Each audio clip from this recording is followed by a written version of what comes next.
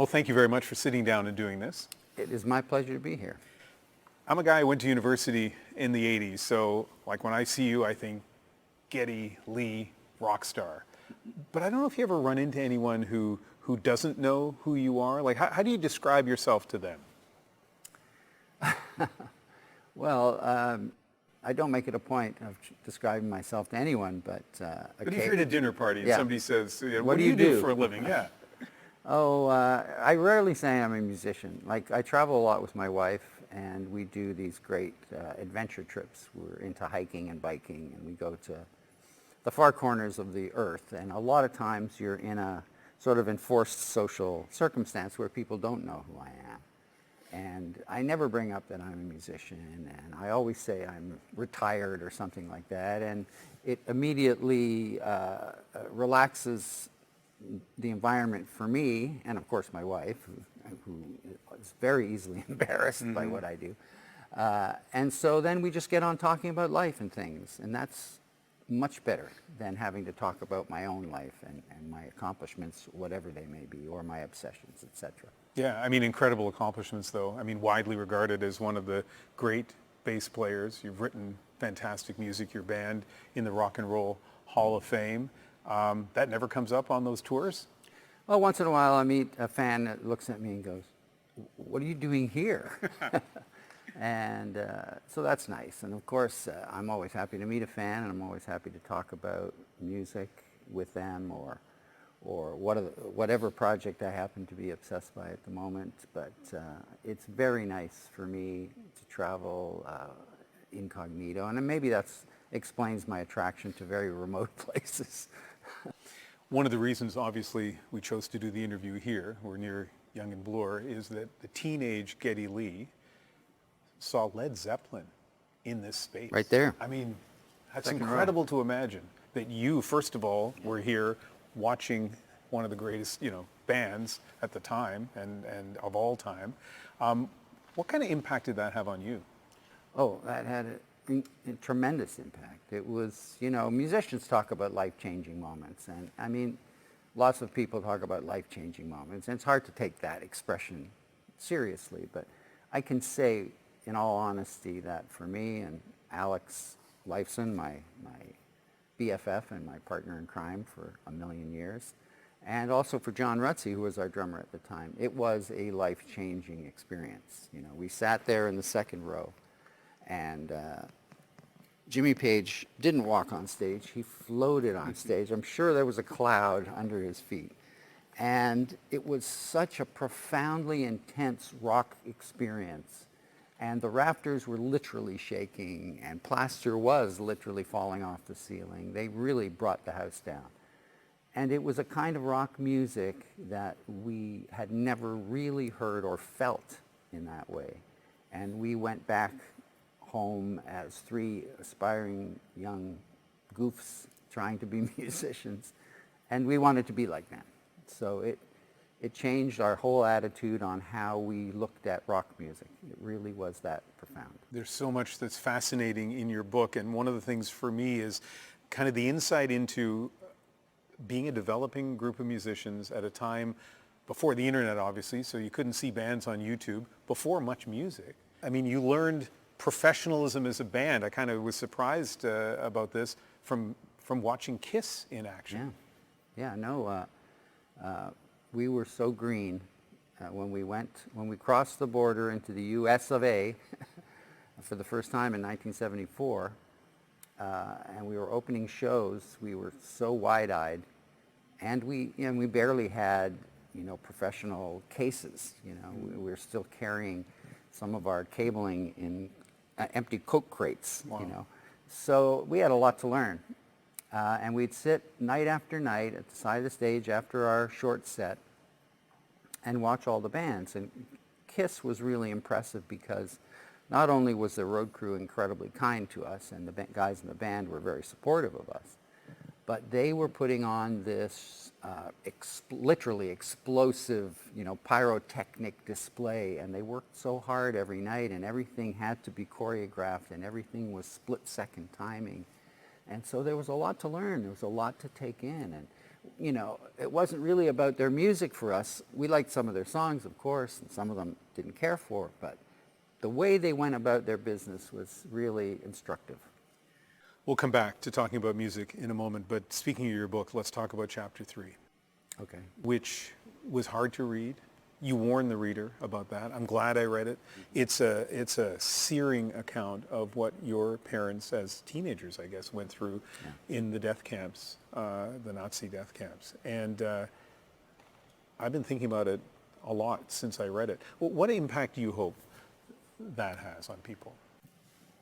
Okay, so when I was nudged to try to do a memoir, there's a lot of reasons that went into it. I never really wanted to do a memoir.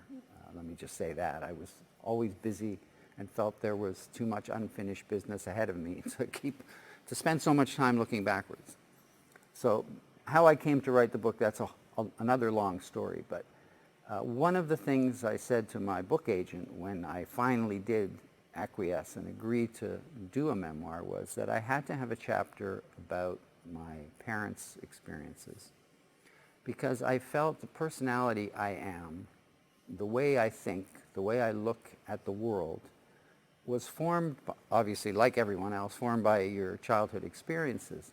But I grew up listening to these stories that affected me very much. And so that was one reason I was insisting on doing a chapter about their lives. Another reason was I wanted to pay homage to my mother, who I was very close with.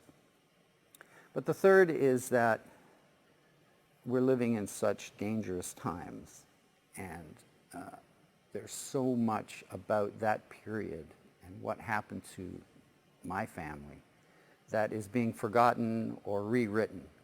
And I felt I just wanted to remind people that this happened and there were witnesses to it.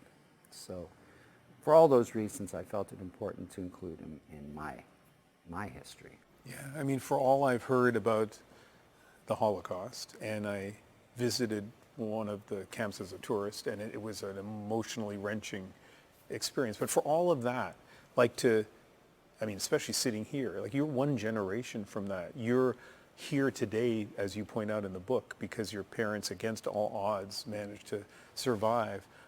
It is a reminder of all of that, and it is, what modern day lesson is there for us in that? Well, that's complicated, as we're living in incendiary and complicated times. And I just think it's important to remember that hate gets you nowhere, and that my people are a minority, even though sometimes we're not treated as a minority for some strange reason. And, anti-Semitism is on the rise. And so what is it? A cautionary tale? It's history. History is important, and we can't forget history. So that's it. That's what I tried to sort of get across. And really, the most important thing is there's an accurate, I think, I spent a lot of time researching it, and for the sake of my family, my children, my grandchildren, they can now see and know the story of how lucky we all are to be here. I don't think of Rush as a political band in the way that some, you two, for example, you think politics with them. But recently, the Rush Instagram account, I don't know if you're in control of it or who runs it, but you obviously have a say in it, made a post about and I think the word sort of monstrous attack by Hamas into Israel, but also again, a quote, innocent souls in Gaza who are also suffering. A lot of people want to stay away from, those kinds of messages, especially from a, corporate entity like a band. You decided to do this. Well, it was a hurtful, terrible moment in modern history. And speaking out as a human being, that happened to be a Jewish person. Okay, this happened to Jewish people. So both Alex and I felt it was important to express the pain we were feeling watching this, what could be arguably called one of the worst massacres since World War II of the Jewish people. So it's a complicated issue. I am not a person that wants to be a spokesperson for Israeli politics. It's not really about that. It was just a natural crying out of wow, this is a terrible thing we're watching, and it's still terrible to watch. You want to talk about music? Yes, please. You describe yourself, I don't know if you use the word perfectionist, but it comes out pretty clearly to me in reading the book that you are a perfectionist, even to a fault, I think you would admit, as you listen to the mixes and remixes of your album. It sounds like a painful process to be working with Geddy Lee as you try to get the perfect sound. Did you ever get the perfect sound? Like, is there a, like, do you sit down now at this stage in your life, and is there a track or an album you can listen to and think, you know what, like, we nailed it? Thankfully, I do have moments like that. They're not all pain and regret listening to the old music. Some of them are like, oh, cringy. But yeah, in the writing of this book, I set myself a task. And the task was inspired by Neil. And in Neil's last weeks, on his way to his, what he called his Bubba Cave, his sort of fortress of solitude, where he went every day and, you know, hung out with his cars and wrote and visited friends in his little office. And I'll just jump in and say that Neil, your drummer, who has recently passed away, the new member of the group who joined only, I don't know, 40 years ago, as opposed to, but that's the Neil you're talking about. That's Neil Peart, yeah. And so a friend of his, Juan, would take him to his little fortress of solitude every day. And he decided that he wanted to listen to all of the records we had made together. You know, I guess in that sense he was reviewing his life and his life's work. And so on a number of times that we visited him in that final year, he expressed his feeling and his pride about how working together, and he wanted Alex and I to know that he was proud. So when I was writing this memoir after he had passed away, I remembered that, and my co-writer, Daniel Richler, was always pushing me for more this, more that, which is his job. So I decided I was going to do the same, and I started listening to every album one at a time and writing down my reactions. You know, you see these reaction videos on YouTube all the time. So this was Geddy Lee doing a reaction video to his own work, you know, 45 years of his own work. And it was very interesting. Some of the songs that I thought were crap were suddenly sounding so good and accomplished. I said, how did we know how to do that when we were only 22 or 23 or 24? And then, of course, there are the obvious songs that make you just go, oh, what was I thinking? Well, what? Like what? Oh, I don't know. Oh, you don't have to I mean, there's so many. But, you know, not every song I have participated in writing is a masterwork, you know. But I was most proud of the last album. And I think, you know, you're always happiest with your last work. But it's now been quite a few years. You know, that record was finished in 2012. And so a dozen years later, listening to it, it really stood up to me, and I was very proud of it. And so that's one example of, and I think Neil sensed that, which is why he retired when he did, was because he didn't feel we could do any better. Now, I might argue that point. I would like to have had the chance, of course, to try another thing, but that's not the way life went. You know, life took its own, as fate does, takes its own master. Right? We live in a world where somebody watching this who may not be as familiar with your work as people of, let's say, my generation, can just pick up their phone and ask to listen to a track of Rush. Is there a particular album or a track or two that you'd recommend as the entree into Rush? Oh, God, that's, you know, Rush is such an acquired taste. And, you know, there are things about our band that are a bit coarse. It takes some getting used to. Not a lot of, there are some people that aren't big fans of my voice, for example, as I point out in the book.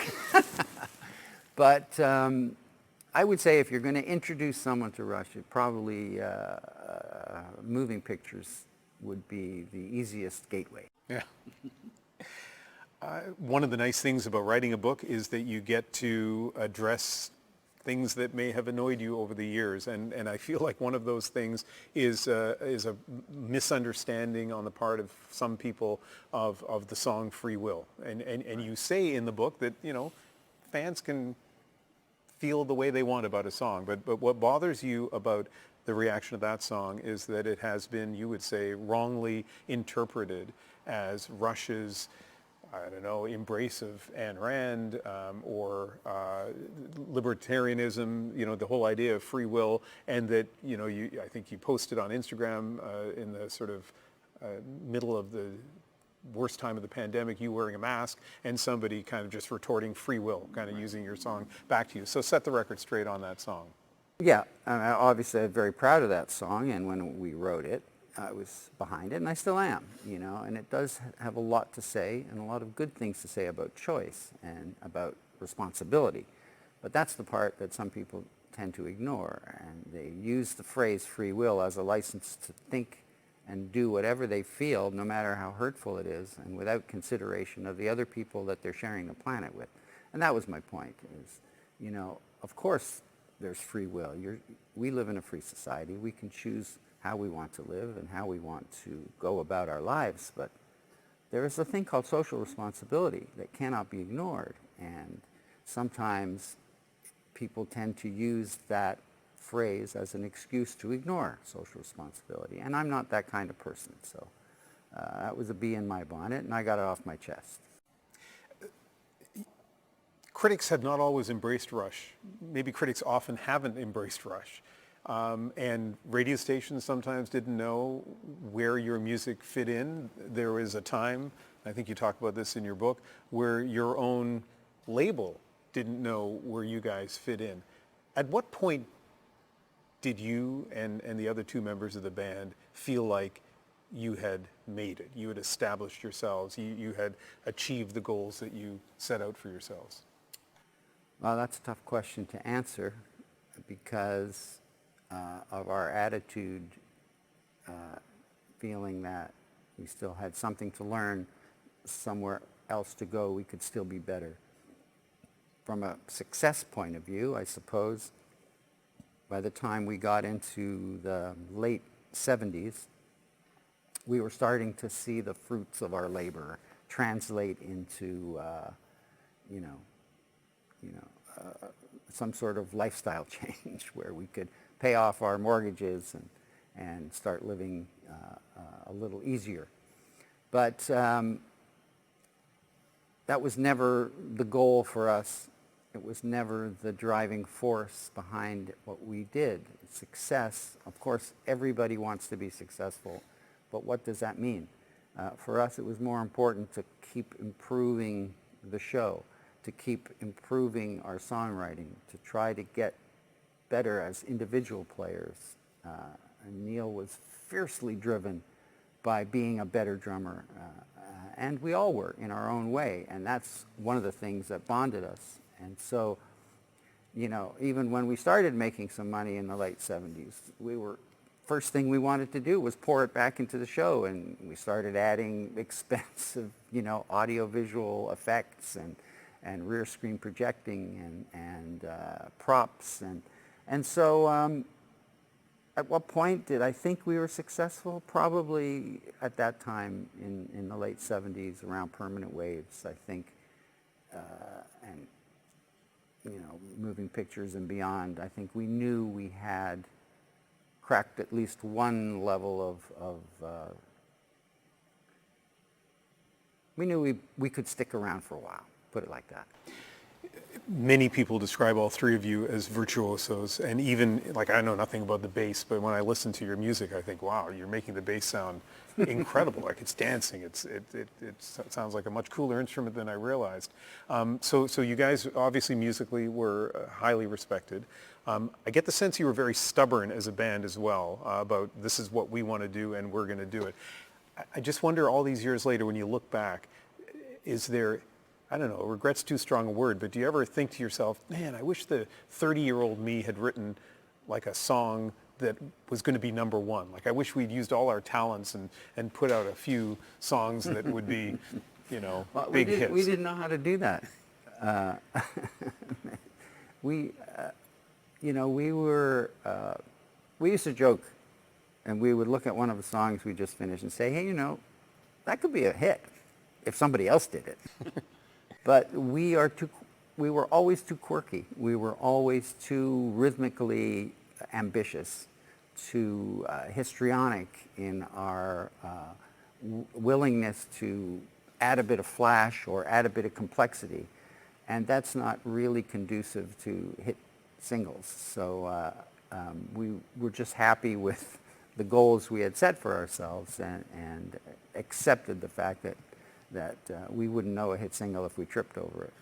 Yeah, I saw one concert video where people are trying to clap to your music, and I was thinking, man, that is not an easy thing to do. Like, they think they're doing it, and then all of a sudden it's like we're not keeping the beat at all. I know, that's funny. There was one tour we did with, we did a few tours with another Toronto band called Max Webster, and I was good friends with the drummer, Gary McCracken. And he used to stand after their set, he would watch us play. And I think it was during the Hemispheres tour or something like that. And there's one part of Hemispheres which is in 13/8, I think. And he said to me after, I was watching you play that part, man, and you were tapping your foot. Like, how do you do that? How do you even tap your foot through that time change? And I don't know. I think the fun thing about a band like us is that we're not well versed in music theory. Alex was probably the most schooled of the three of us as musicians, but I couldn't read music well. I could struggle through a little bit of it, and nor could Neil.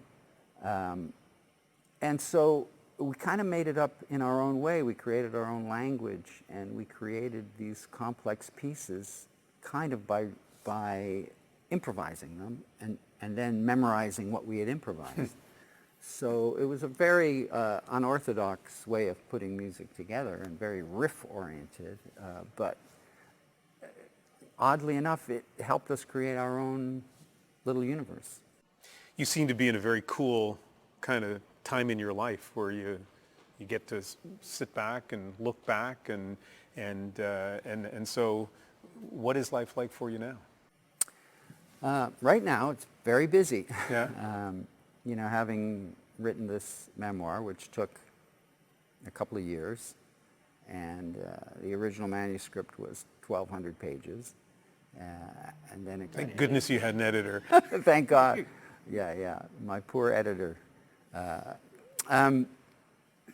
So then, of course, was the business about marketing such a work, and so that's kept me quite busy, and I got this other crazy idea during the pandemic.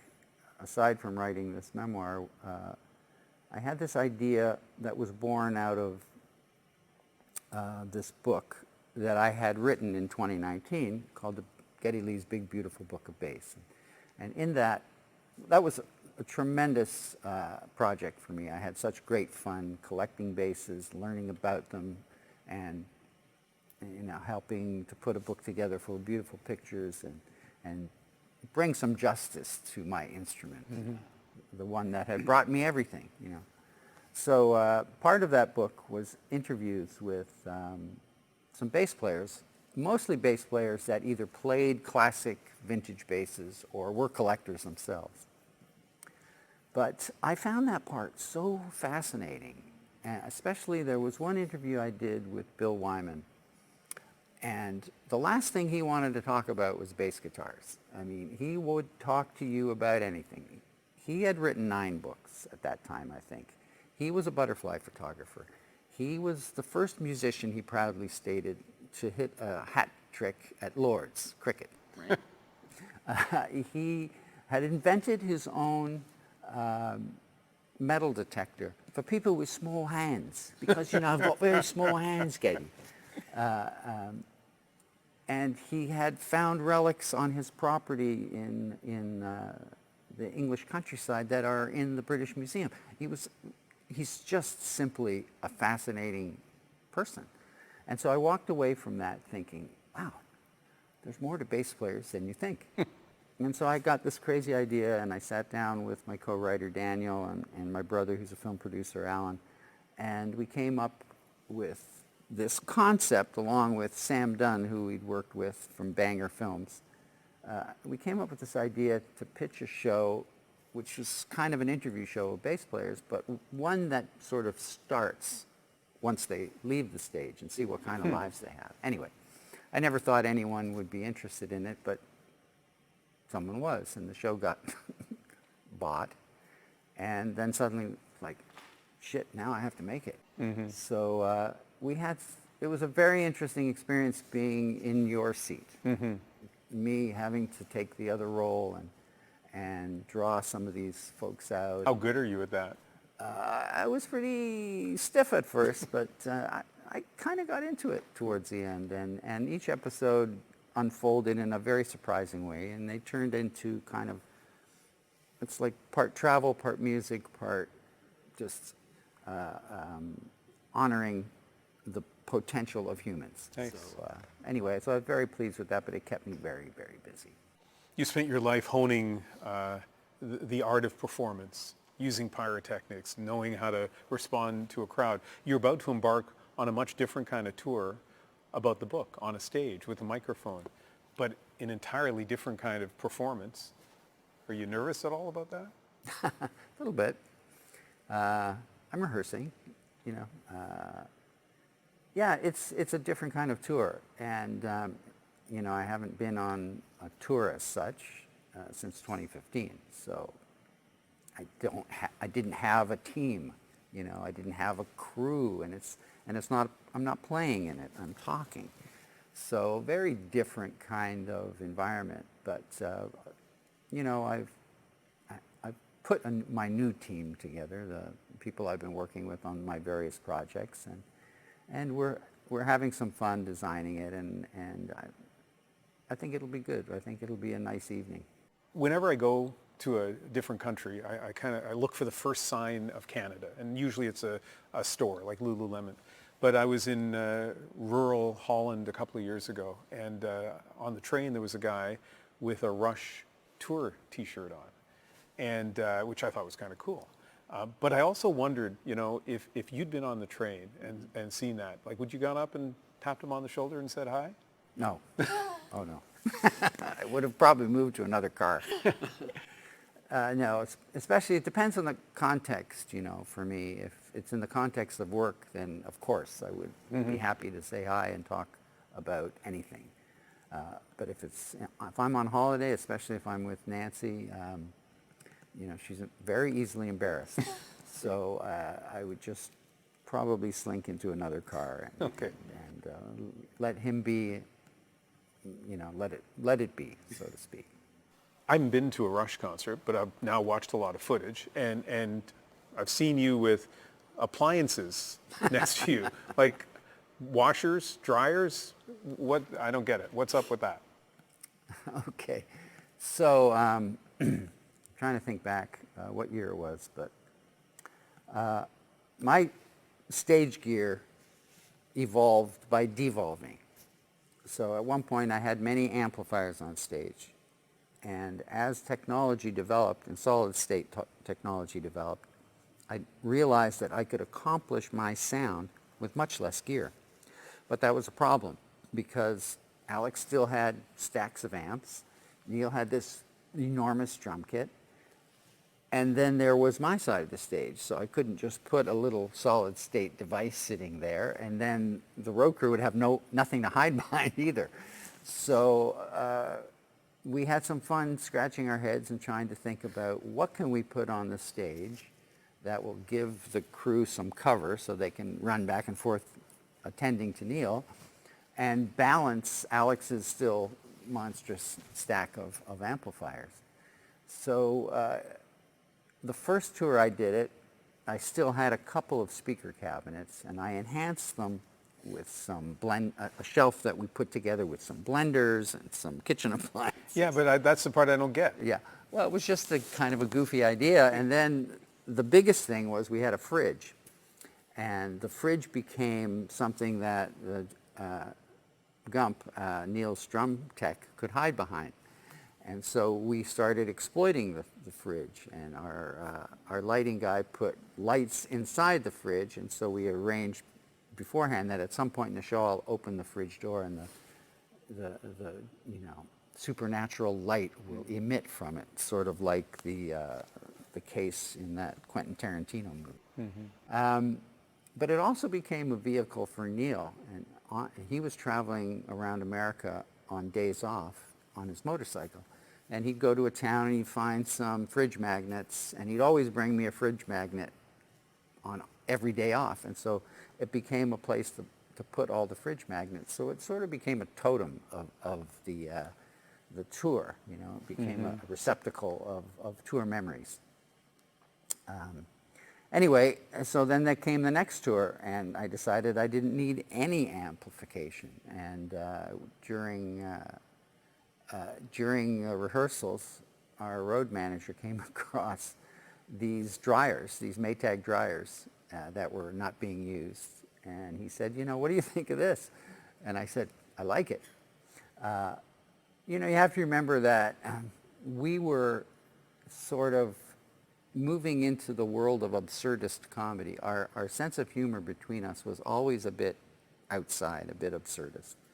And so these became sort of inside jokes. And what's amazing is, I think more than any question I've ever been asked in my career,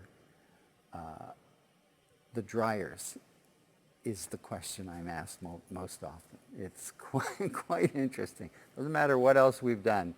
People want to know about the dryers. Because it's weird. It's weird, yeah. But it's good weird. Okay, that's fantastic.